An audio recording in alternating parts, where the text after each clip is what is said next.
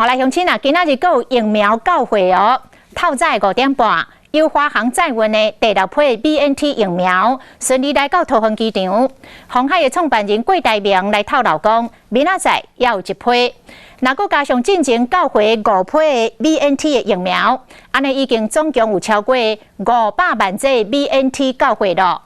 指挥中心昨暝嘛紧急来宣布，早起的10点加开61岁到63岁民众会当来预约注射。发言人曾仁祥更加来透露，讲为10月22号开始 ，BNT 疫苗未搁来限制着年龄，会当开放全年龄来接种。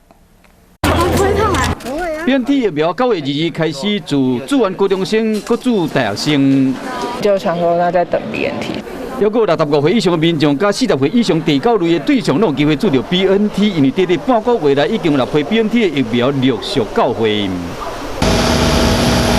透早5点34分，第6批 BNT 疫苗89万剂到台湾，甲算呢，为9月7日头1批93万剂到货了后，车9个第2批，续来9月底订的 BNT 疫苗分3批来台湾，总数达到332万剂，再加上鸿海创办人郭台铭讲，车7、车8有疫苗到货数量会阁增加106万到108万，这7批 BNT 疫苗加起来总数有超过500万剂。